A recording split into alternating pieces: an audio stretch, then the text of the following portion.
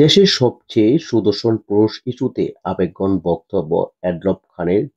Adolf খান মূলত একজন choreographer বলে দেশের ছবির সংশ্লিষ্ট বিভিন্ন অনুষ্ঠানে দেখা যায়। তার বেশ কয়েকটি ছবি সামাজিক যোগাযোগ মাধ্যমে ছড়িয়ে পড়েছে।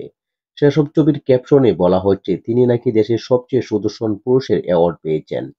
আসলে কি তাই? তার বাবা হাসপাতালে ভর্তি জানিয়ে দেশের সবচেয়ে সুদর্শন পুরুষ ইস্যুতে আবেগঘন বক্তব্য দিয়েছেন অ্যাডলফ খান। এই কোরিওগ্রাফার বলেন, আমার ছবি ভিডিও দিয়ে নেট দুনিয়ার সয়লাব। ভাই রে ভাই, আমাকে পাইলেন আপনারা।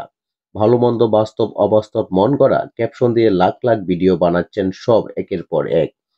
অ্যাওয়ার্ড পাওয়ার বিষয়টি সত্য, তবে সেটা সুদর্শন পুরুষের নয়। অ্যাডলফ খান সম্প্রতি একটি অ্যাওয়ার্ড পেয়েছেন কোরিওগ্রাফির উপরে। বিষয়টি নিয়ে তিনি বলেন, পাইলাম স্টাইলিশ ফ্যাশন ডিরেক্টর অ্যাওয়ার্ড, বানিয়ে দিলেন দেশের এক নম্বর সুদর্শন পুরুষ। কেন রে ভাই, 36টা লিখতেন। এই মর্মান্তিক ভালোবাসা নিতে পারছি না। তার বাবা হাসপাতালে, তার উপর সামাজিক যোগাযোগ মাধ্যমে এমন টল। এ নিয়ে তিনি বিরক্ত। এরফ খান বলেন, এমনিতেই বাবা হসপিটালে, মন ভালো নেই। আমি মানসিকভাবে বিপর্যস্ত, সারাক্ষণ ডিউটি দিতে হচ্ছে। আমি আমার ছবি ভিডিও আর কি দেব? আপনারাই আপলোড দেন, দিয়ে সুখী থাকুন। এত এত পোষ আমাকে নিয়ে দিশেহারা হয়ে গেলাম, আপনারা পারেনও বটে। এরফ খান বলেন, ভাইরাল আর ভিউয়ের বাণিজ্যে আপনারা আমাকে বন্দুকের গুলির মুখে ঠেলে দিয়ে আপনারা ডলার কামাচ্ছেন।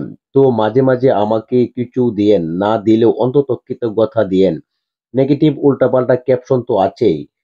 জামার দাম থেকে শুরু করে লাখো মেয়ের ক্লাস শাহরুখের সঙ্গে তুলনা হয়ে এখন দেশের এক নম্বর সুদর্শন পুরুষ হিসেবে প্রাপ্তি বানিয়ে দিলেন।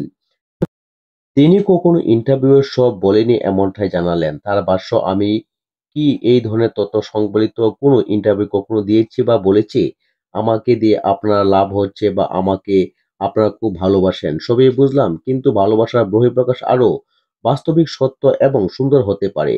সত্যি কিছু বলার ভাষা নেই। অ্যাডপ খানের সাজ পোশাক আর 10 জনের চেয়ে আলাদা বলে সহজে সবার নজরে পড়েন এই কোরিওগ্রাফার।